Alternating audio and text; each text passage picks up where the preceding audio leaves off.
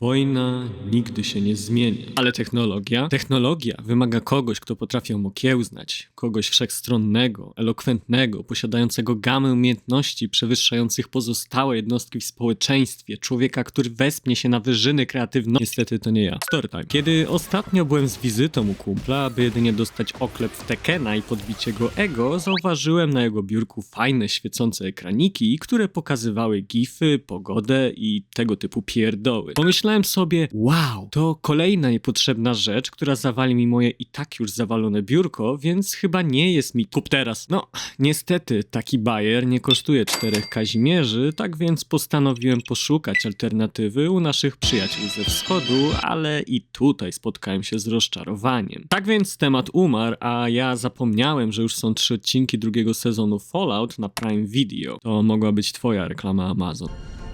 Okidoki. A że odcinki pojawiają się cyklicznie co tydzień, postanowiłem pozostać na pustkowiach, wracając po 10 latach do Fallout 4, próbując ogarnąć hasło do tego jebnego terminala. I kiedy tak klikałem na pałę hasła, przyszła mi do głowy myśl, a gdyby tak zrobić taki IRL? I've lost all ambition, worldly acclaim.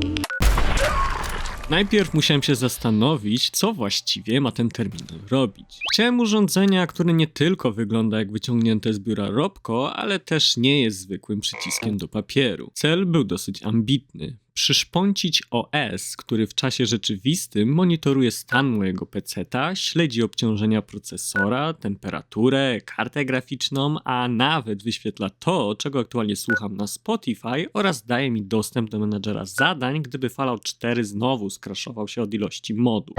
Do budowy komputerka potrzebowałem miliona kabli, ekranu, serca w postaci Raspberry Pi Zero 2W oraz oczywiście z samego terminala. Tak więc ogarnąłem sobie obudowę w 3D oraz zleciłem jego realizację drukarzowi z OLX. I muszę przyznać, że osoba, która się tym zajęła, podeszła do sprawy na pełnej. Jest ona bardzo solidna oraz zachowała wszelkie detale z oryginalnego projektu, jednak w moim roztargnieniu zapomniałem poprosić o wydrukowanie dodatkowej gałki montowanej z przodu terminala. Choć i na ten problem znalazłem rozwiązanie, ale nie wybiegajmy w przyszłość. Po starciu papierem ściernym z wodą i płynem do mycia naczyń pomalowałem obudowę szarą matową farbą, a następnie dodałem za pomocą gąbki efekt rdzy oraz przy użyciu wykałaczki i papieru ściernego różnego rodzaju przetarcia tudzież zadrapania, nadając jej postapokaliptyczny wygląd. Oh, bongo, bongo, bongo, I don't wanna leave the... No, no, no, no, no.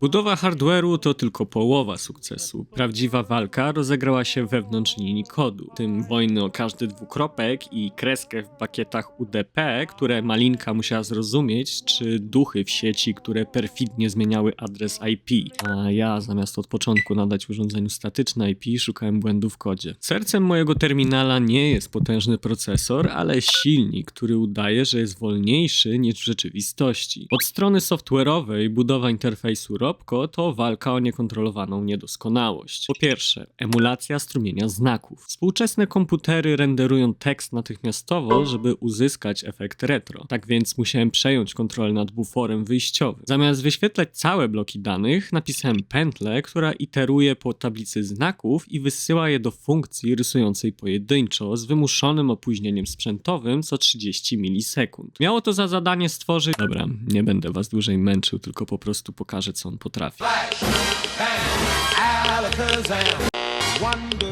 Aby było to dla was przyjemniejsze do oglądania, ponieważ jestem biedakiem i nie stać mnie na super kamerę i lampy, posłużę się OBS-em, prezentując jego możliwości. Jest to wersja Windowsowa, na której bazuje wydanie Linuxowe, także może w niej brakować dosłownie paru elementów, jak przykładowo wskaźnik temperatury Raspberry Pi. Po uruchomieniu terminala wita nas logo korporacji Robco oraz ekran ładowania z klasycznym Voltboyem. Interfejs terminala jest swego rodzaju hybrydą terminala oraz Pip-Boya, aby łatwiej było nim operować za pomocą dotyku. Pierwsza zakładka to ekran Stats, który jest swego rodzaju menu głównym, które posiada najważniejsze informacje, jak pogoda, godzina, wskaźniki poszczególnych podzespołów oraz ikona połączenia z siecią. Kolejna karta jest zakładką Data, która pełni funkcję praktycznie 1:1 menadżera zadań, w tym możliwość zdalnego zamykania aplikacji. Następnie zakładka System, która służy do zmieniania elementów kosmetycznych. Dodałem możliwość zmiany awatara w Stats, jak i koloru całego interfejsu. Od klasycznej zieleni po bursztynowe New Vegas, zimny błękit Instytutu, czerwień oczu Century Botów, czy oczyszczającą biel z plugastwa Bractwa Stali. Kolejna zakładka to Logs. Pokazuje ona ponad 200 ciekawostek prosto ze świata Fallouta, ilość miejsca na poszczególnych partycjach peceta oraz pokusiłem się na implementację w pełni grywalnego Blackjacka, przenosząc nas do kasyna Lucky 38. Ostatnia karta to radio, które wyświetla nam wszystkie informacje, co jest wyświetlane w panelu multimediów, nasłuchując za pomocą Windows SDK. W skrócie nie wyświetla on tylko informacji o odtwarzanych utworach ze Spotify'a, ale z całego komputera.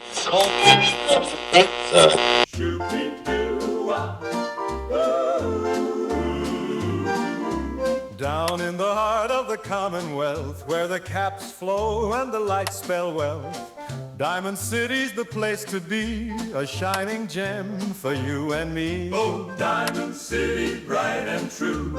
We've got dreams and a view for you, for you.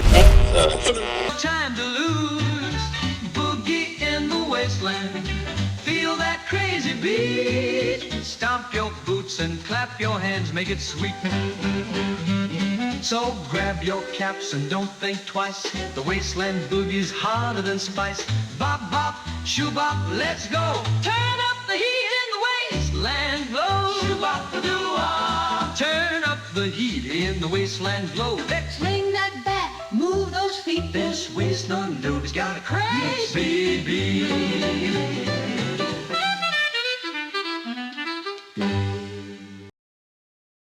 It just works. Pokażę, co można zrobić z wiadrem benzyny. Mamy Spotify'a, mamy Delikwenta. Szukamy na liście. Teraz uwaga. Po wielu godzinach debugowania i setkach wysłanych pakietów Heartbeat, terminal żyje, monitoruje, raportuje i wygląda tak, jakby przetrwał wybuch atomowy. W trakcie realizacji tego projektu było strasznie dużo momentów zwątpienia, gdy sieć odmawiała posłuszeństwa, a dostęp SSH był zablokowany przez autostart aplikacji, ale na tym polega cała zabawa. Przypomina mi, że nawet na cyfrowych pustkowiach z odpowiednim kodem i odrobiną uporu można zbudować coś wyjątkowego. Dajcie znać, co wy sądzicie o tym ustrojstwie oraz czy powinienem zbudować coś innego w innych klimacie. Ode mnie na dzisiaj to tyle. Overseer bez odbioru.